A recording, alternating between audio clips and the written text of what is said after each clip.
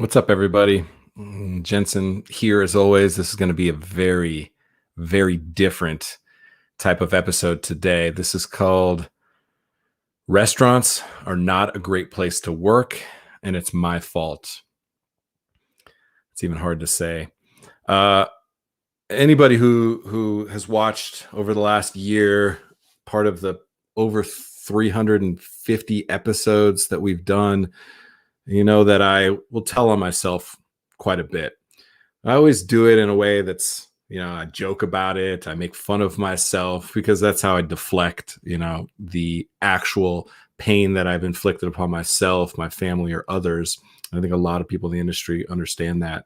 And so I needed to take a moment and sift through all my own bullshit, all of the things that I've seen playing out in restaurants, on social media, in media, around our industry, around the people in our industry, and all of the animosity that I see just getting thrown around everywhere. And so I need to take a real moment and sit with this, reflect with this. I had a lot of conversations over the last several weeks with people that have been a part of my life through the last 21 plus years that I've been in this industry.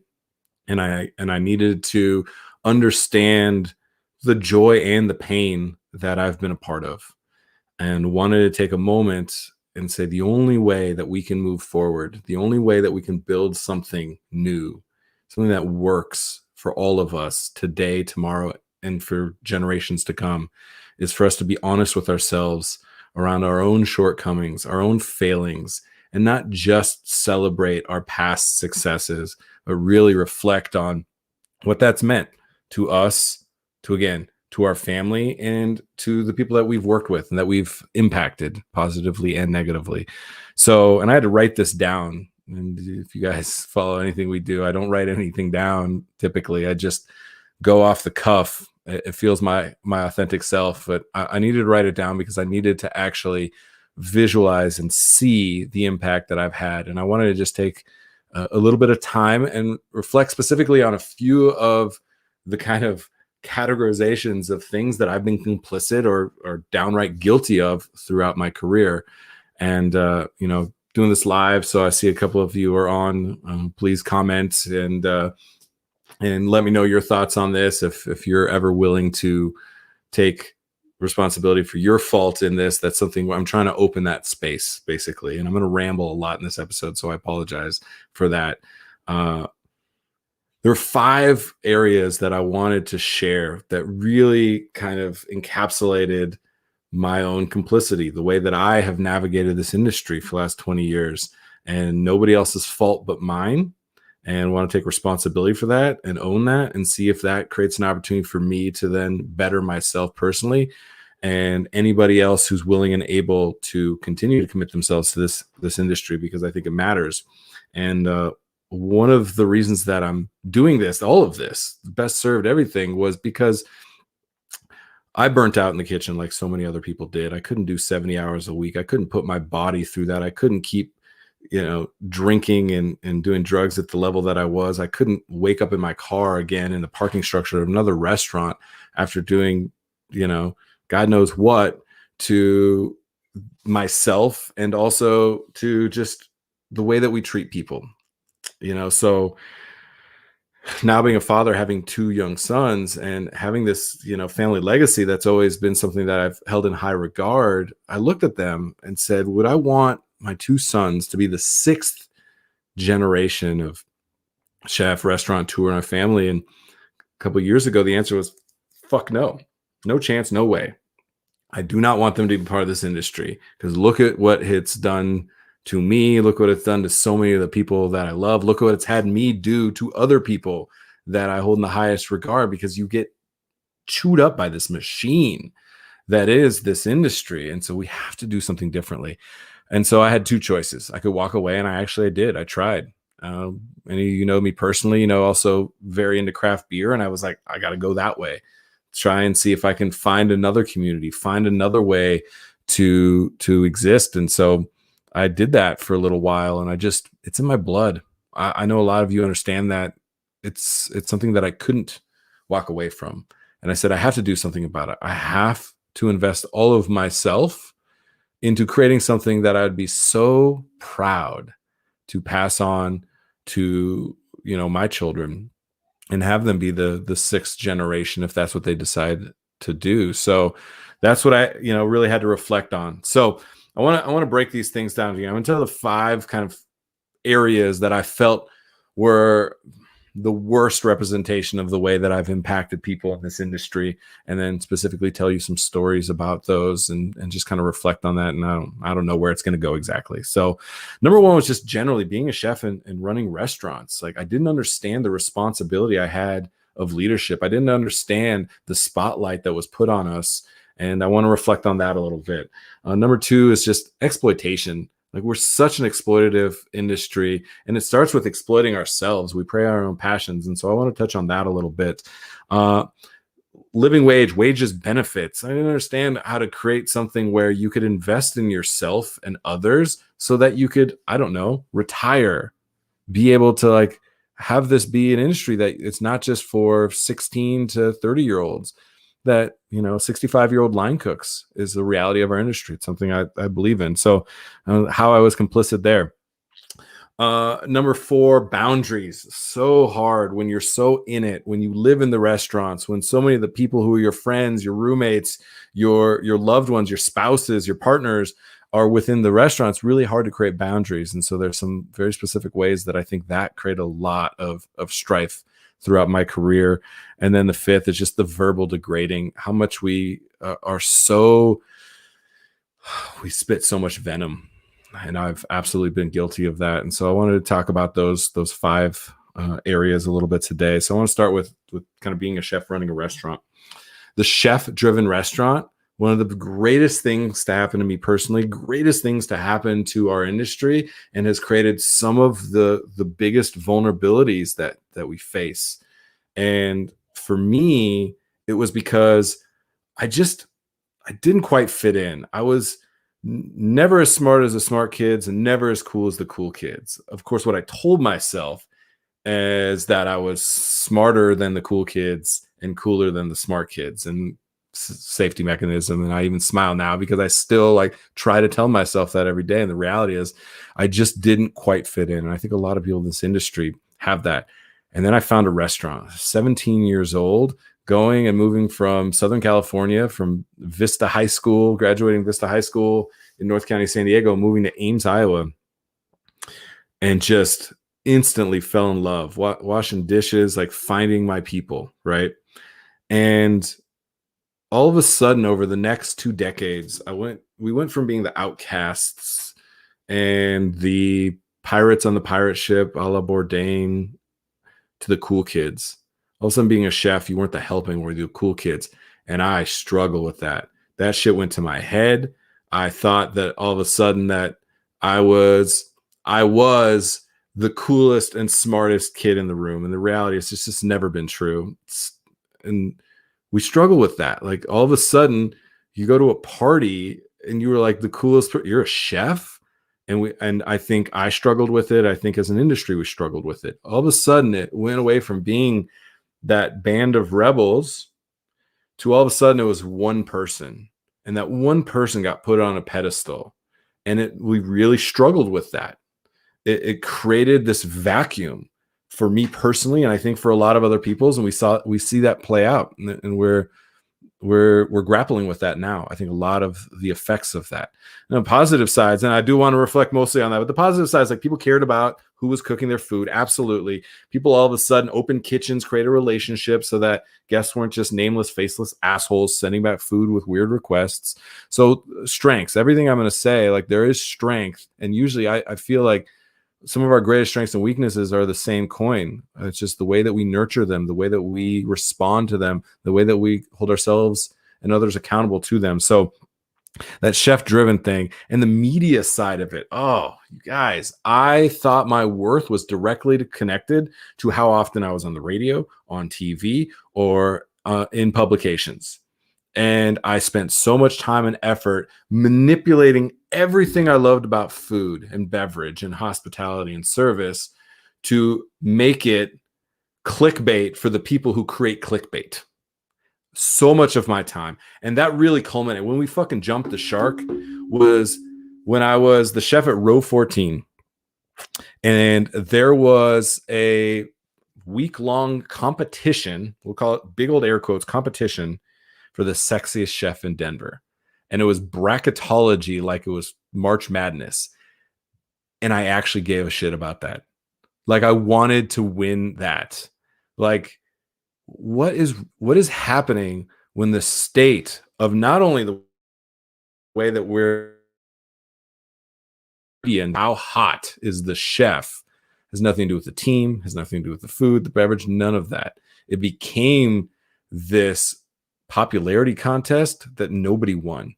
Like, look back on it now, nobody won. Nobody's winning that game because it shifted the way that we treated ourselves and others.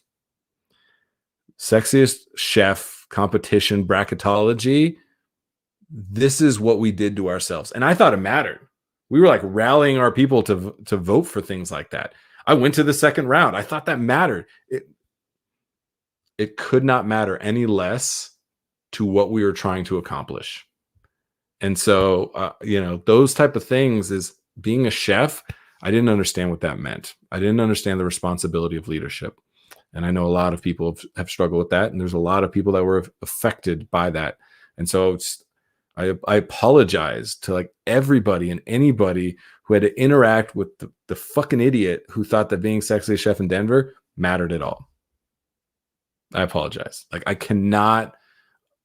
Who the hell was that guy is the thing that I think. Yet it was me. I have to own that. Yet that's what happened to us. And we wonder why we're in the position we are in today, whatever that position is for you. We have to reflect on that. So that was number one. Exploitation.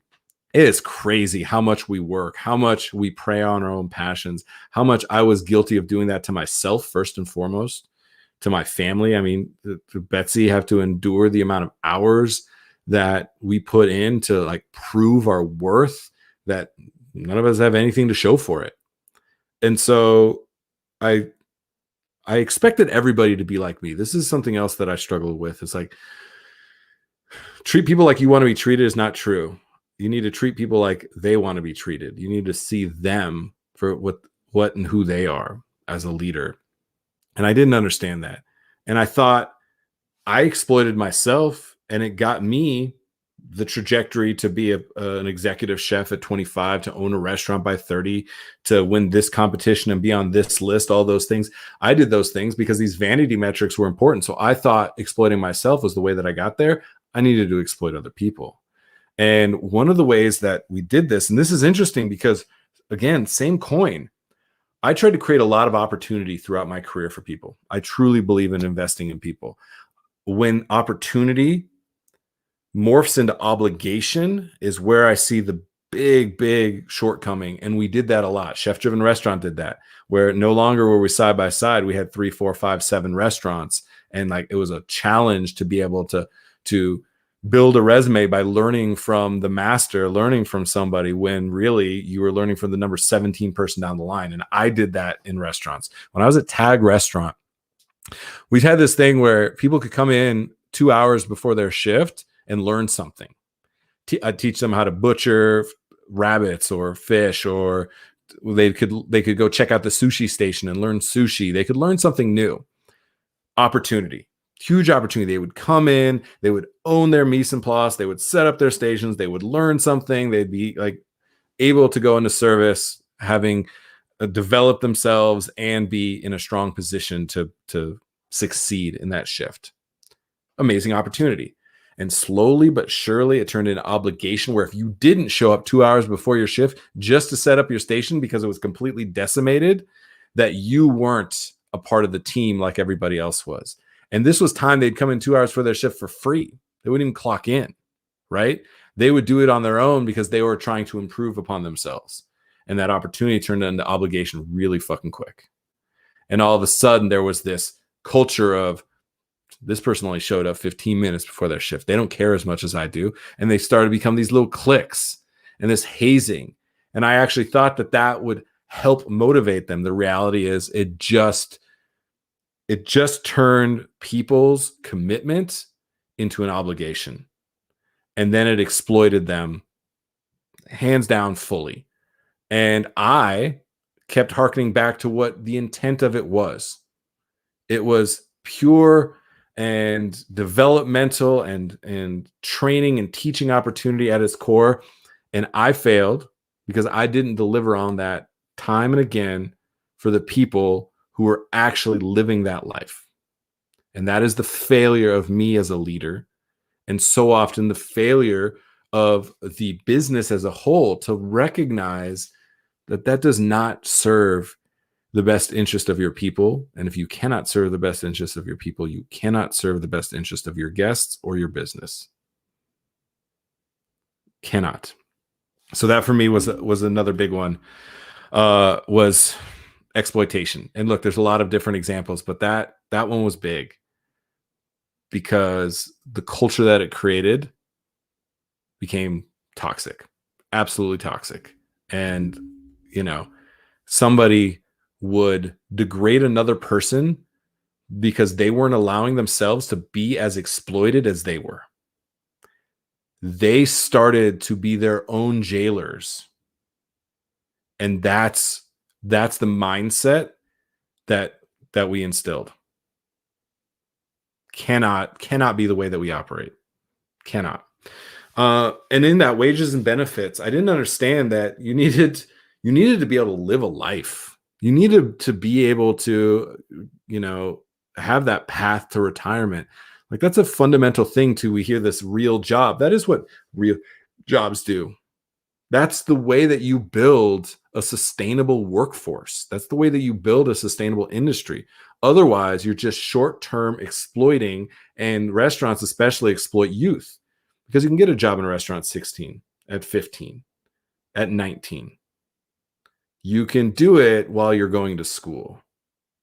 And so all of a sudden we think, well, because it can exist in that way, and because those individuals may be able to take lower wages and don't need benefits or are on their parents' benefits, well, then I'm just going to build my whole business model around that.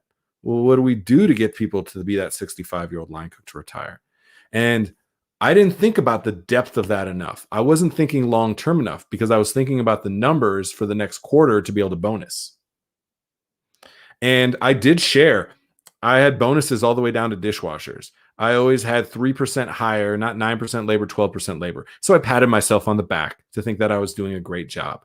And plenty of people made a couple dollars more. I didn't understand the full need for investment in somebody's livelihood, their sense of security, physically, mentally, and financially through the lifespan of when they work with me. Didn't understand it. And there was one way specifically now that I realize that something I thought was investing in something powerful and developmental and galvanizing as a team was actually proof that I didn't understand what the fuck I was doing. And I would do these hog classes, whole hog. We would break down whole hogs. We would do charcuterie with them a lot of times. We would do salumis with them. We would do all kinds of different stuff. We would do a dinner with them. Because I wanted the team to get together, to learn, to grow together, to be able to up their skills, to understand nose to tail. And we did those things. And I spent hundreds and hundreds and hundreds, thousands of dollars to be able to do that education piece. And in and of itself was a great act. People learned a lot. They developed themselves. Hopefully they went on to do great things. Yet some of those people were financially struggling. Some of those people had to decide if they could go get their dog dewormed or actually go get their annual checkup. And they always deferred taking care of themselves. Some of those people were having mental health crisis and we weren't paying attention. Those people were not secure physically, emotionally, mentally, financially. Yet I had the money to invest in a hog class and did not spend the time and effort to understand their plight, their need, to invest in them. So the money was there to invest in our people. And the money is always there to invest in your people if we prioritize people, number one. And I thought I was, and I absolutely was not. And we have to understand that. I have to understand that investing in the whole of people within the restaurant is so difficult, yes, yet so important. And so building towards that. And look, you're not always going to be able to afford to do all the things you want to do in this moment. What I recognize now is like trying to lay out the goal and a plan and trying to get people to buy into it through the lifespan of being a part of this team. And so it's not an easy thing to address. I understand that. It's fundamentally important. The hog class was actually, for me, completely tone deaf, and I didn't realize it. So what else? Like I said, sorry, I got to read these because I had to write them down because I thought I would just lose my shit doing this. Boundaries. Boundaries, man. The joke of you live in the restaurant, there's a cot in the blah blah blah back room. It's so true. And like, what's the point? Like, what does that do for the longevity of you or your team or your business? Actually, in the long term, that mindset, it leaves us in a position where we can't sustain. And boundaries was a big one. I was so in love with everything that I was doing at all times that I could never let go of it. In my dreams, I was writing menus. On my days off, I was writing menus. I was always so focused on that I thought everybody else was too. And so I remember one of my sous chefs had to actually like have an intervention. Fuck, because at all times I'd be like, I just figured out this new way to do sriracha, fermenta hot sauce. And I would like text them about it or send them pictures on their days off, thinking it was like, rah, like, look at, we're doing great, amazing things. And maybe that was true. At certain moments, they're like, that's awesome. I'm so excited. I'm glad that you let me know. Yet all the time, every time, there was no way of separating when somebody actually was or wasn't working, when somebody actually was or wasn't needing to be in the loop around anything. And so the boundaries that we create are so important because we take our work home with us all the time, because a lot of the emotional high that you get and the trauma that comes from it. It's why I struggled with alcohol and substances, because how the fuck else do you turn your brain off? You are so on red. You are so revved all the way red line, tapping the red line for 8 hours, 10 hours, 14, 16, 18 hours, 30 days straight, that you start to get delusional. I could not separate myself from the work. And what I recognize is I was just never my best self because I was never able to recharge. And boundaries are so, so important that you can put yourself away for a moment. And as a chef, I still struggle with that today. I'm a nonstop dynamo. I struggle with that. Our team now has to put their Slack notifications on snooze because at 3 a.m, I'll put stuff there because I have to get it out of my brain. And I know a lot of people understand what I'm talking about. So we had to create some safety nets to account for that. But that boundaries piece is important. Understanding that it is not only okay, it is absolutely something you should be striving for, to have people be able to disconnect in any way for any period of time. And so that boundaries piece is something that I did not create clear boundaries. I did not understand the boundaries were important. I did not invest any time and effort into making sure that boundaries were protected.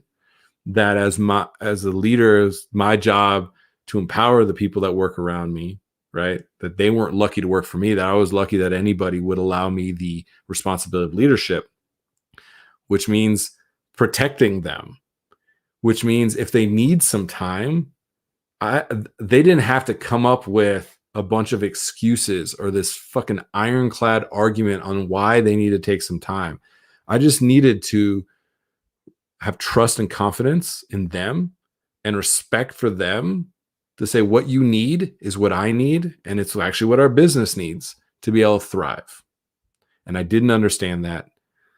And so boundaries, again, specifically, there's a couple people that if they see this, they're like, yeah, I understand. I apologize to you that I did not understand the need for those boundaries, that those boundaries would actually create more strength, bring us closer together as a team, not create this separation. And that's what I thought it was.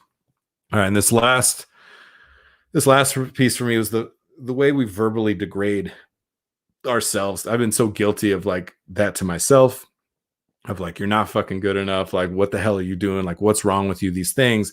And then projecting that onto others. In the heat of the moment, so many times I stepped outside of myself to just spit some venom at a person. I have no fucking idea why, because they're in the wrong place at the wrong time, and would feel so justified because of how hard the job was. And it doesn't matter how hard the job was. There's zero excuse for verbally degrading another person.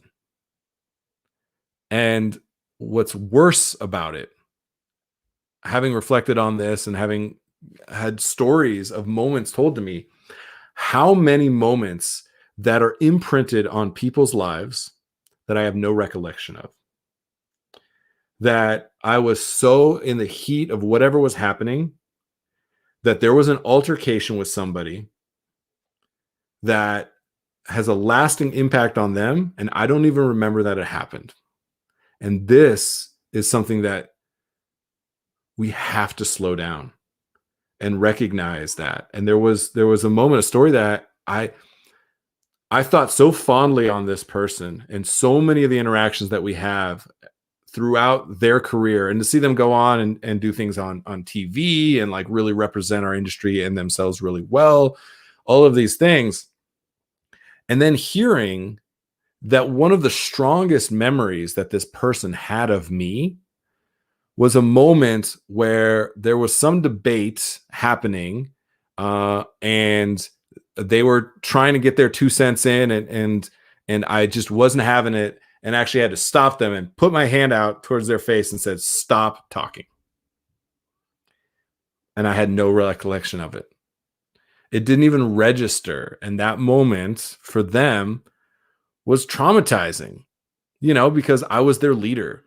They were somebody they looked up to, somebody that was supposed to be there for them, somebody supposed to support them and make sure they had everything that they needed. And my reaction to them in that moment, no matter what they were saying in that moment, was to completely shut them down. That I thought that was the best way to handle that moment, that communication is bad enough. Worse is the fact that it didn't even register me. I don't have any recollection, even after being told about it. And that is something that I have to sit with. We all have to sit with. There are so many monumental moments that are happening in these restaurants, especially when so many young people are counting on us to set them on the beginning of their professional career, sometimes their personal trajectories. And that we have to understand, I have to understand the responsibility and accountability that puts on me, that had put on me, that I failed at understanding the magnitude of that responsibility. And putting somebody like that in a position where they now have to grapple with the fact that somebody they respected, and probably not respected after that moment, verbally degraded them to the point where they weren't even allowed to speak and express themselves. This is the reality of this industry. So many of these moments that I just mentioned are me. I'm like intense. I'm type A. I'm a red personality. I am unrelenting. I am super passionate. I am a connector of people, all of these things. So I understand some of the things that happen because I'm so all in. So I was like, that makes sense. I'm not glad that I did those things, but it made sense because it's part of who I am. There's other elements like that moment. That's not me at all. I love over communication. I want people to put more and more information out into the world whether I like it or not. And moments like that and other ones I've had to reflect on, I was like, that's not me at all. And that is the byproduct of me putting all of myself into this system that I helped build that turns you into a caricature of yourself. And that's the part of the industry that I want to make sure that I'm helping to affect. So that was it. You'll continue to hear me reflect on these things and tell myself, and you'll see that I'll try and deflect with comedy and make fun of myself a little bit. I needed to take this time, and I appreciate everybody who supported me through this journey, everybody who's been on any side, who's been inspired by the work that we've done. And I'm so grateful that quite often people reach out to me and say, you helped change my life. I completely understand how to be a leader now because of you. And other people who say, you broke me.